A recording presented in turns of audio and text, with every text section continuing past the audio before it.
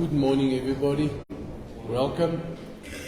And it's been quite a day yesterday with bazaar and funeral and everything else. But we are here and we are together again as followers of Christ. And it's Pentecost Sunday, which makes it even more special to be together like this morning. Just a few announcements. So far this week, there's only one Bible study, and that's Wednesday morning. I'm in Kumga, Monday to Wednesday, for Pentecost services there. Then please pray for the Presbyterian Church Council meeting on Thursday evening at 6 o'clock. There's quite a few important matters to be discussed there. Then, what everybody wants to hear, what happened with the bazaar yesterday. Karen, I'm right, it was plus minus 5,500 last year that the Presby table made. Okay, the Presby's made 10,600 yesterday, so almost double. And there's a whole bucky load full of stuff that's gone to Kumga that will be sold at the little shop there, at the charity shop there, and that will be split 50-50 between the Presby and the Dutch Reformed Church.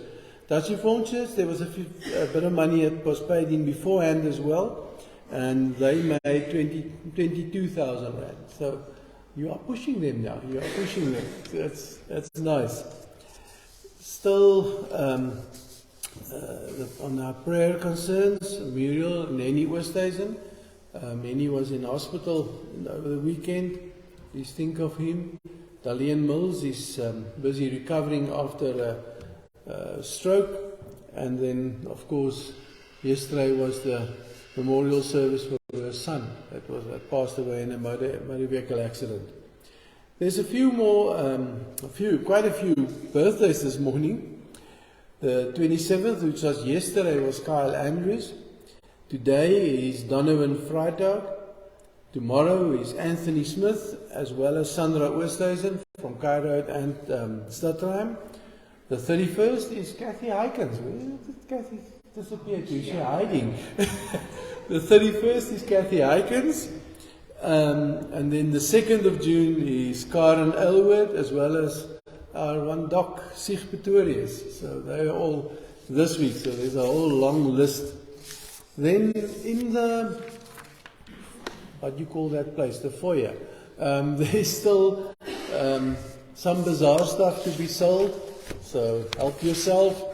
I think there's a bread or two still left as well, and there's, I don't even know, it's all from a cake table, I think, that's there. And then Rina just asked, please, don't come and make difficulty with change. Just add it up and round it off, either up or down, it doesn't matter. And then you can pay in the money. No, that was I didn't forget anything. That was the last of my announcements. But welcome again. It's really a privilege to be with you on Pentecost Sunday.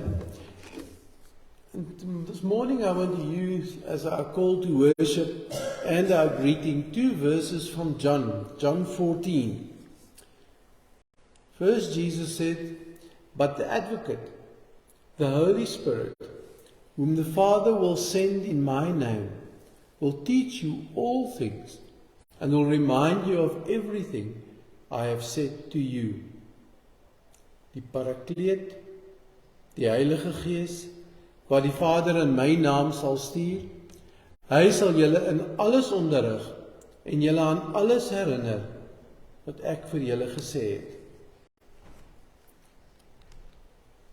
In just the next verse, Jesus says, "Peace I leave with you, my peace I give you. I do not give you as the world gives. Do not let your hearts be troubled, and do not be afraid. Vrede laat ek julle na, my vrede gee ek julle. Ek gee dit nie vir julle soos die wêreld dit gee nie. Laat julle harte nie ontsteld en bang wees nie." When we come here to this morning, it's here as his followers. but it's also here as the ones that receive God's peace, not brought by persons or people or ministers. It's Jesus himself that invites us, that welcomes us at this service this morning. Let us rise, and we're going to sing 2 songs. And Francis, I hope you practice your Afrikaans, because there's 2 Afrikaans verses in here as well. So let us rise and let us sing, first of all, Blessed Assurance.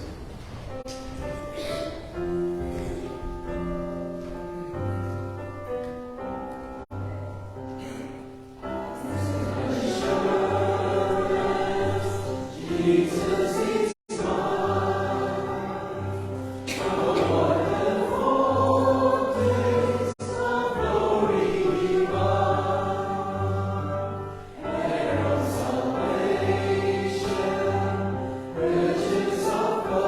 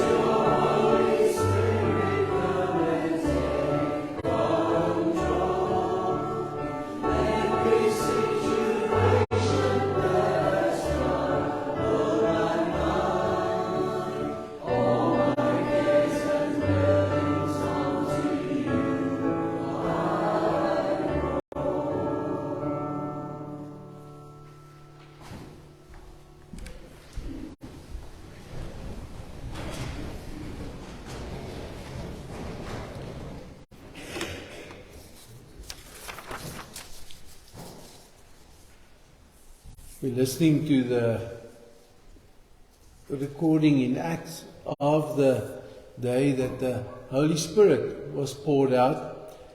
And the Afrikaans and the English is on the screen, but I'll just read the English this morning. When the day of Pentecost came, they were all together in one place. Suddenly, a sound like the blowing of a violent wind came from heaven and filled the whole house where they were sitting. They saw what seemed to be tongues of fire that separated and came to rest on each of them. All of them were filled with the Holy Spirit and began to speak in other tongues as the Spirit enabled them. And then it carries on how they spoke in actually different languages. They spoke in different languages and everybody understood them. And they could hear the gospel being proclaimed. And then we read these two verses. Amazed and perplexed, they asked one another, "What does this mean?" Some, however, made fun of them and said, "They have had too much wine." Think for a moment on that momentous occasion in the history of the church, the outpouring of the Holy Spirit came upon those disciples and their proclamation. And what it says to you this morning, going to give a moment of silence, and then afterwards we're going to sing Spirit of the Living God. But let's just first become quiet and think of what this means to you this morning.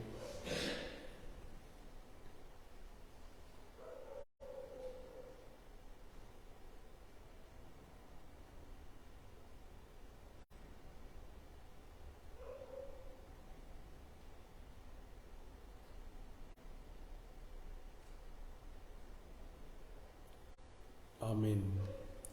Let us sing Spirit of the Living God.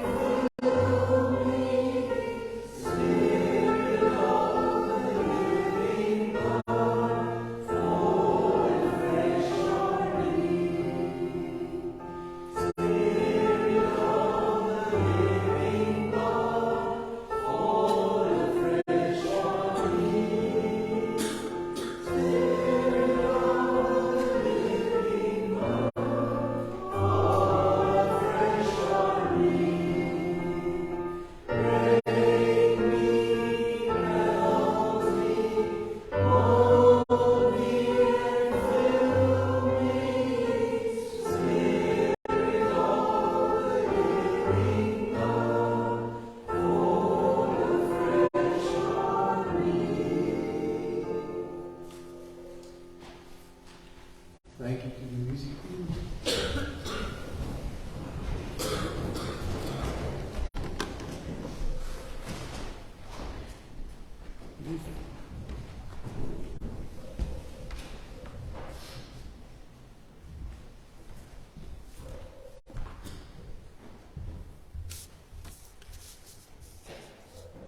Let us bow our heads in prayer. Yes, Lord, through your Spirit we are gathered here together. Through your Spirit we can call ourselves Christians. Through your Spirit we can strive to live every day walking in your footsteps, having the same attitude, the same view on life as that you had here on earth. Thank you that you enable us. You enable us also this morning now to hear your word and to sing to you. And in that way showing that we hear the voice of your Spirit that lives in us, that speaks through us, and leads us in the whole truth. Will you really speak to us in this morning? In Jesus' name we ask this. Amen. I'm going to read 3 different passages this morning. They're all short passages. First is from Acts 18, verse 1 to 3. Again, Afrikaans and English on the screen. I'm reading the English this morning. After this, Paul left Athens and went to Corinth. There he met a Jew named Aquila, a native of Pontus, who had recently come from Italy with his wife Priscilla, because Claudius had ordered all Jews to leave Rome. Paul went to see them, and because he was a tent maker, as they were, he stayed and worked with them. Then 24 to 28. Meanwhile, a Jew named Apollos, a native of Alexandria, came to Ephesus. He was a learned man with a thorough knowledge of the Scriptures. He had been instructed in the way of the Lord, and he spoke with great fervor and taught about Jesus accurately, though we knew only the baptism of John. He began to speak boldly in the synagogue. When Priscilla and Aquila heard him, they invited him to their home and explained to him the way of God more adequately. When Apollos wanted to go to Aquila, the brothers and to Achaia, the brothers and sisters encouraged him and wrote to the disciples there to welcome him. When he arrived, he was a great help to those who by grace had believed. Sorry, I seem to have skipped the slide there. For he vigorously refuted his Jewish opponents in public debate, proving from the Scriptures that Jesus was the Messiah. We just read up to them. Day of Pentecost is, in some ways, sometimes almost like bittersweet for Christians. This is a tremendous happening. We are happy for the indwelling of the Holy Spirit. But at the same time, sometimes we feel inadequate. We feel as if we are not special enough. And then we start praying and asking for more of the Spirit. And we ask for more blessings from God. Well, perhaps it all depends on how we understand being special. I think all of us know the name Albert Einstein. He was just one of the greatest scientists of all time. All know of, have heard at least of his theory of relativity. But if you go to the university where Einstein developed that theory and where he was a professor, you will not find a plaque or a memorial, nothing to say that Einstein ever taught there. Because he said, greatness is not self-directed. You yourself are never the center. And he refused that they put something up after his death, even it was in his will, that they ever put something up at that university to remind people that he was there. Because he said it wasn't about him. That was, when I read that, it was quite something. Because if you read the history of Einstein, he was an interesting character. Let's just leave it there. But definitely, there was some humility in him as well. And if we look at today's scripture reading, we see something almost similar. We know quite a bit from the Bible about Paul. Well, we know a lot about Paul from what we read in the Bible and all his letters and everything. Even Apollos We know quite a bit about this, quite a bit written about him in Acts. Aquila and Priscilla, we know they were tent makers. We know Paul stayed with them, and we know Apollos stayed with them. We know they were chased with all the other Jews out of Rome by Caesar Claudius. We know they lived in Corinth for a while, being tent makers. They lived in Ephesus for a while. And that's it. We basically know nothing else about them. But if you go and look at the influence they had, if you go and look at who they were instrumental in enabling Paul in Corinth to do his ministry. Yes, he was also busy making tents like they were, leather workers, that they made these leather tents. But for the most, if you go and you read further there in Acts, it seems as if they did most of the, call it, keeping of the house, to enable Paul not to just be working all the time, but to go around in the city to preach, to bring the gospel of Jesus. So they enabled Paul to do his work. For Apollos, they didn't only enable him, they first had to taught him a bit more about Jesus. Because he knew about the baptism of John, which was a Jewish baptism of repentance. But they knew nothing further of Jesus and the instructions that he gave and so on. He only knew that Jesus was the Messiah. And these two, Aquila and Priscilla, husband and wife team, had to go and teach Apollos there in Ephesus what it really means to follow Jesus, who Jesus really, really was. So, when you look at these two people, they were never really in the limelight. They are actually even here, sort of just mentioned in passing. Paul went to Corinth to preach, so he stayed with these two. Apollos came to Ephesus, and they took him under their wing, gave him a place to stay, and corrected his theology. So, they're just in the background. Ordinary, by the looks of it, hard-working people. They never packed up everything like Paul or Apollos and went from city to city to be missionaries, to preach, to do everything. In their normal, everyday lives, they were missionaries.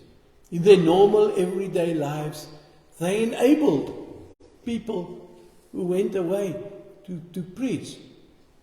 But if you read carefully and you look further in these references to them in Acts, you will see that not only did they do their work, but their attitude, their lives, their participation in the church, that was their witness. That was their being special for God in the place where they lived. Sometimes we can be very enthusiastic about serving the Lord. But we like to keep it in our comfort zones. You know, we will do what needs to be done as long as it doesn't ask too much of us. Or we'll do what needs to be done as long as it doesn't make us uncomfortable. These two, it seems, allowed the Spirit to use them where they were, in their everyday jobs. And for me, that is so important. Because often people will say to me, "Oh, I wish I could have been a minister. I wish I could have been that. Or I wish I could have been this." I've got a classmate from, I will not mention the year because then you'll see how old I am really. But from when I was doing my BA at what was then UPE. And Bernie, I can mention his name because you won't know him. Bernie was a much better student than what I was. I mean, we were studying Hebrew together, and after 6 months, he managed to speak bits of Hebrew.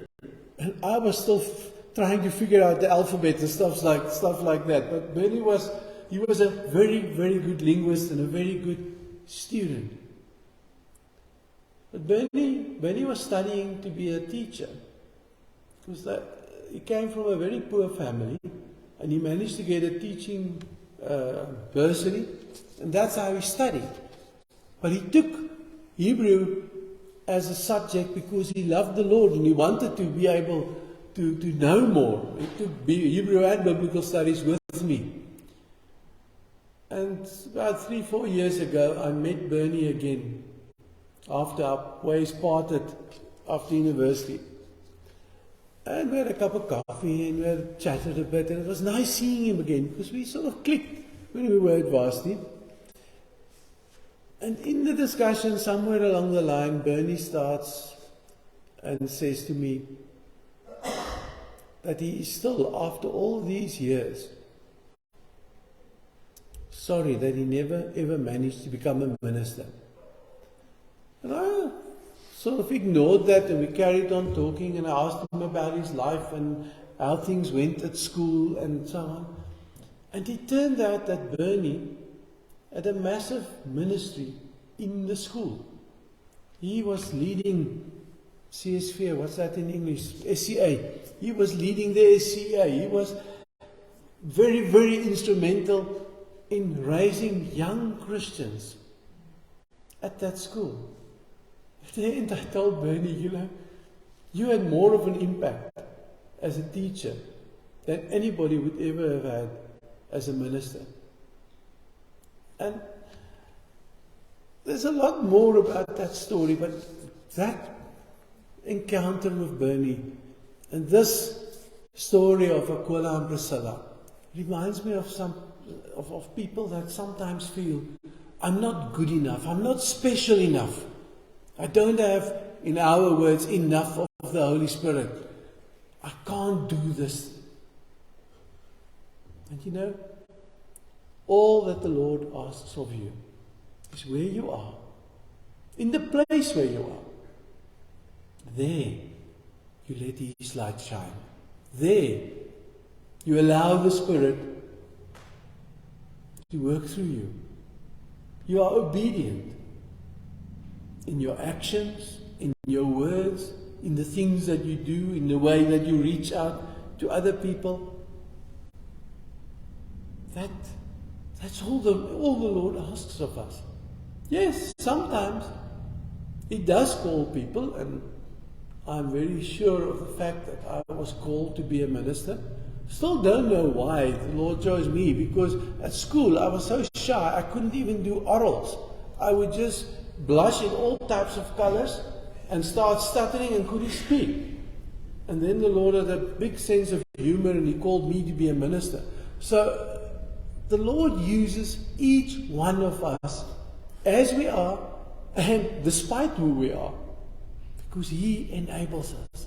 He's the one that makes me, you, every one of us special, young and old, at where we are, in the situation where we are. Even if we are leather workers, tent makers like Aquila and Priscilla, and believe me, those days they would have stunk, because the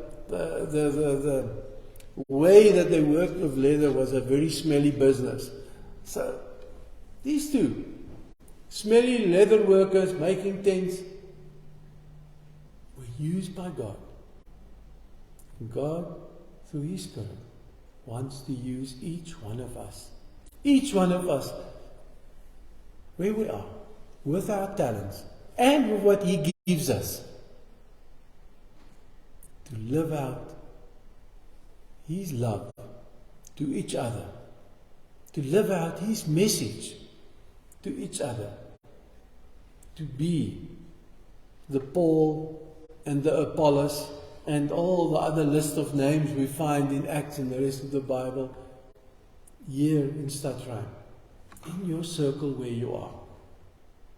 That's what God calls and enables us to do. each one of us. Amen. We're now going to have communion together. Meryl, if you can just call the Sunday school as well, please. Now I'm going to move over here to the table.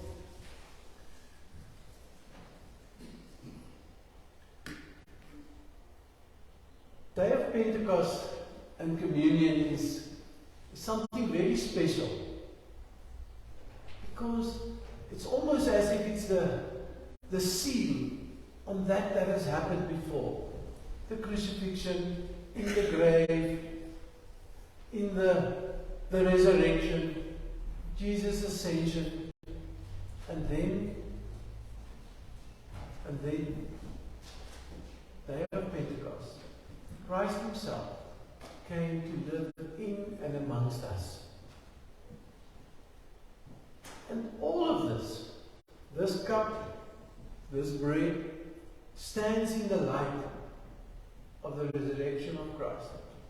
When we think back on, as Jesus told us, every time that we use that, we do use it in commemoration of what He did for us. But it's not just remembering something long ago, like me just remembering my old friend Bernie. No, this is actually a confession of faith. When I take this bread and I take this cup, I'm saying, I believe that Jesus died and rose for me. This is also preaching. When I take this bread and I take this cup, it's my way of saying to other people, preaching if you want, through my actions, that I believe in Jesus Christ. But before we go and join with the bread and the wine, if I can find my white paper, if you will excuse me.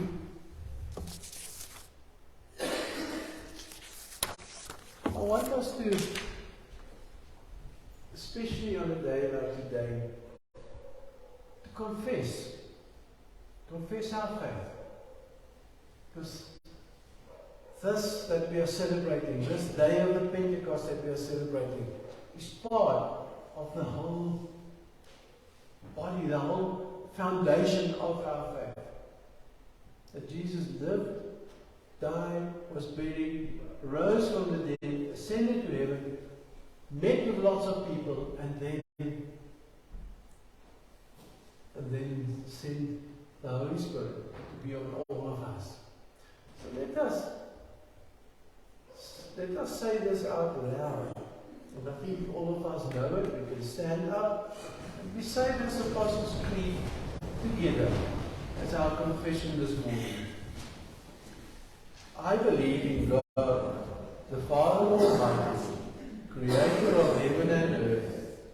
I believe in Jesus Christ, God's only Son, our Lord, who was conceived by the Holy Spirit, born of the Virgin Mary, suffered under Pontius Pilate, was crucified, died, and was buried. He descended to the dead. On the third day he rose again. He ascended to heaven. He is seated at the right hand of the Father, and will come to judge the living and the dead. I believe in the Holy Spirit, the Holy Catholic Church, the communion of saints, the forgiveness of sins, the resurrection of the body, and the life everlasting. Amen. While we are standing, let us also pray our Father while we come to this table. Our Father in heaven, hallowed be your name. Your kingdom come, your will be done, on earth as it is in heaven.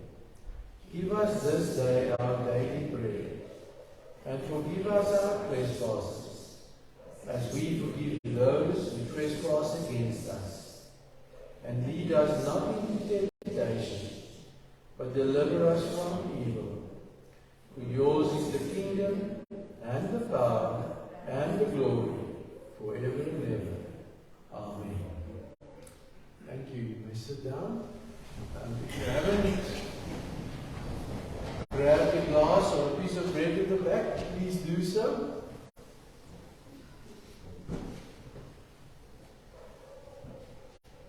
This ordinary bread, this ordinary juice is made special, like we are made special by the presence of the Lord, by the fact that He came to us.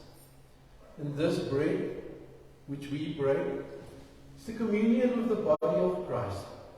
Take, eat, remember and believe that the body of our Lord Jesus Christ was broken to a complete remission of all our sins.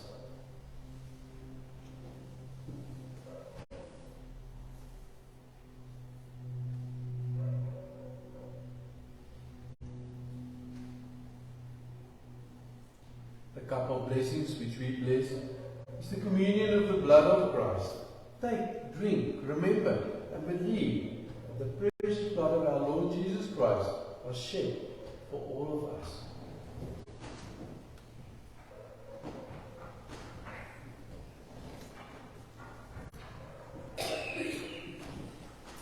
Let us give thanks. Praise the Lord, my soul. All my being, praise His holy name. Praise the Lord, my soul. And do not forget how kind He is. He forgives all my sins and heals all my diseases. Ja, barmhartig en genadig is die Here, geduldig en oorvloedig in troue liefde. So ver as die ooste verwyder is van die weste, so ver verwyder Hy ons oortredinge van ons af. Thank you, Lord, that we can rejoice in this, in the name of Jesus, in this morning. Amen.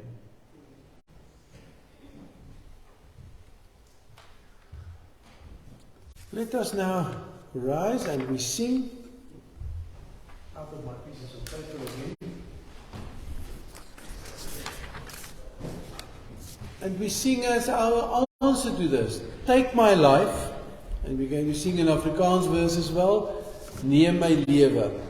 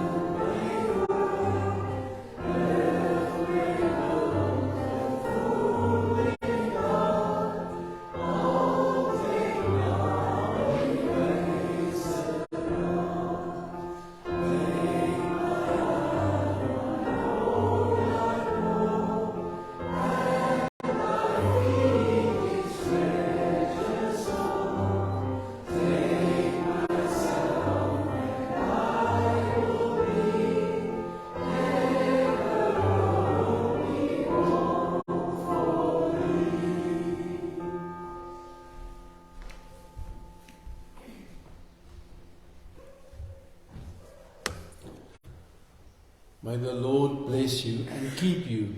May the Lord make His face shine on you and be gracious to you.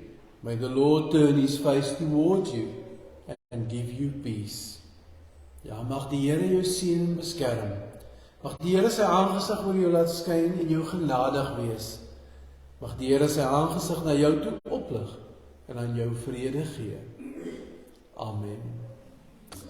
Let us sing as our final song, Breathe on Me, Breath of God.